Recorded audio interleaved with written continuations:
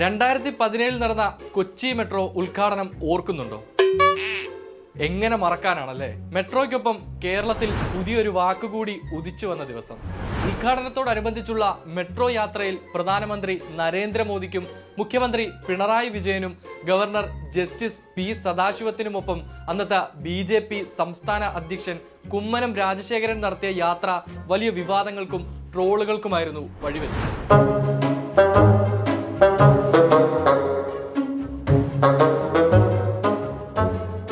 കുമ്മനം രാജശേഖരൻ എങ്ങനെ മെട്രോയിൽ കയറിപ്പറ്റി എന്നായിരുന്നു അന്ന് ഉയർന്ന ചോദ്യം. ഒപ്പം വിളിക്കാതെ വലിഞ്ഞു കയറി എന്ന പേരിൽ ട്രോളും.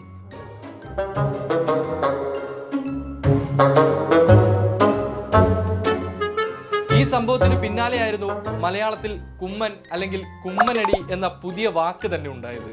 ഇപ്പോഴിതാ വിഴിഞ്ഞം അന്താരാഷ്ട്ര തുറമുഖത്തിന്റെ കമ്മീഷനിങ്ങുമായി ബന്ധപ്പെട്ട് വീണ്ടും കുമ്മനം വാർത്തകളിൽ നിറയുകയാണ്. അതിന് കാരണമായതാകട്ടെ നിലവിലെ BJP സംസ്ഥാന അധ്യക്ഷൻ രാജീവ് ചന്ദ്രശേഖർ.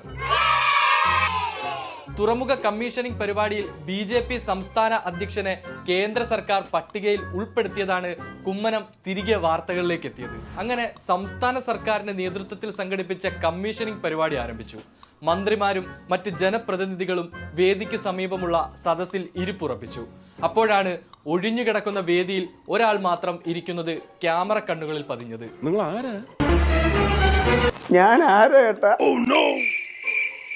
ഇതാരടാ മുഖ്യമന്ത്രിക്കും പ്രധാനമന്ത്രിക്കും മുന്നേ കയറി സീറ്റ് പിടിച്ചത്?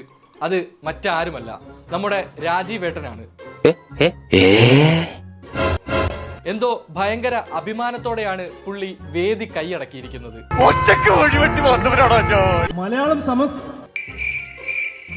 സംസ്ഥാന സർക്കാരാണ് പരിപാടി സംഘടിപ്പിച്ചിരിക്കുന്നതെന്നൊന്നും പുള്ളി മൈൻഡ് ചെയ്യുന്നില്ല.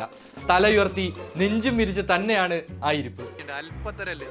ഒരു രൂപ പോലും കേന്ദ്ര സർക്കാർ നൽകാത്ത പദ്ധതിയുടെ ഒരു പരിപാടിക്കാണ് താൻ സ്റ്റേജിൽ കയറി ഇരിക്കുന്നതെന്ന ചമ്മലൊന്നും നമ്മുടെ രാജീവേട്ടനില്ല. അതോ ഇക്കാര്യങ്ങളൊന്നും അറിയാതെയാണോ നേരത്തെ കയറി സീറ്റ് പിടിച്ചത്? വേണമെങ്കിൽ മുണ്ടി കുത്തി വെക്കാനും അറിയാം. ഇതെല്ലാം പോട്ടെ, ഇത്രയൊക്കെ കാട്ടിക്കൂട്ടിയിട്ട് സ്റ്റേജിലിരുന്ന് BJP മുദ്രാവാക്യം കൂടി വിളിക്കാൻ കാണിച്ച ആ തൊലിക്കട്ടി ആരും കാണാതെ പോകരുത്.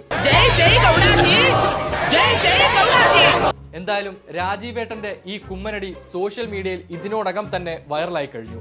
മാത്രമല്ല രാജീവേട്ടന്റെ കുമ്മനടിക്ക് ട്രോളന്മാർ പുതിയൊരു പേരും നൽകി കഴിഞ്ഞു, ചന്ദ്രനടി. നേരം വെളുക്കും മുമ്പേ സീറ്റ് പിടിച്ച രാജീവേട്ടന്റെ ഈ അല്പത്തരത്തിന് മന്ത്രി മുഹമ്മദ് റിയാസ് കണക്കിന് കൊടുത്തു. അവിടെ ഇരിക്കുന്ന സ്റ്റേജിൽ ഇരിക്കുന്ന വ്യക്തിയെ നിങ്ങൾക്ക് കാണാം, BJPയുടെ സംസ്ഥാന അധ്യക്ഷനാണ്. എങ്ങനെയാണ് പ്രധാനമന്ത്രിയുടെ ഓഫീസ് BJP എന്ന രാഷ്ട്രീയ പാർട്ടിയുടെ സംസ്ഥാന അധ്യക്ഷനെ വേദിയിലിരുത്തുക?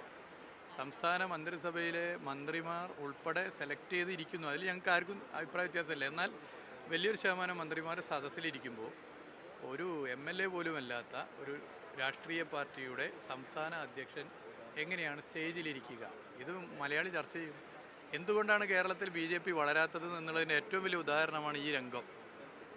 ജനാധിപത്യത്തെ പുച്ഛിക്കുകയും ജനാധിപത്യത്തിന് ലെവലേശം വില കൽപ്പിക്കാതിരിക്കുകയും ചെയ്യുന്നതിൻ്റെ ഏറ്റവും വലിയ ഉദാഹരണമാണ്.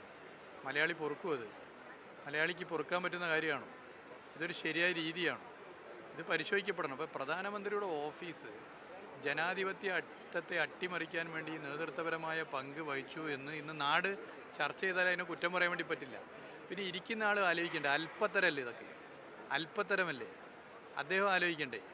ആ നിലയിൽ ആലോചിക്കണ്ടേ? ഞാൻ ഒരു രാഷ്ട്രീയ പാർട്ടിയുടെ സംസ്ഥാന അധ്യക്ഷനാണ്. എല്ലാ രാഷ്ട്രീയ പാർട്ടിയുടെയും സംസ്ഥാന നേതൃത്വത്തെ അങ്ങനെ സ്റ്റേജിൽ ഇരുത്തിയിട്ടില്ല. ഞാൻ മാത്രമേ ഇരിക്കുന്നു എന്ന് മാത്രമല്ല, സംസ്ഥാന മന്ത്രിസഭയിലെ മന്ത്രിമാരെ പോലും ആരിയ്ക്കണമെന്ന് നിശ്ചയിച്ച് ചിലർ സദസ്സിലും ചിലർ വേദിയിലിരിക്കുന്നു. അങ്ങനെയുള്ളൊരു ഘട്ടത്തിൽ അവിടെ കയറി ഇരിക്കുക. അത് മണിക്കൂറിന് മുമ്പ് അദ്ദേഹം കയറി ഇരിക്കുകയാണ്. ഈ ഇരിക്കുന്ന എന്തിനാ? കാണുന്ന ജനങ്ങളോട് ഞാനാണ് ഇതിൻ്റെയൊക്കെ ആള് എന്ന് കാണിക്കാനാണ്.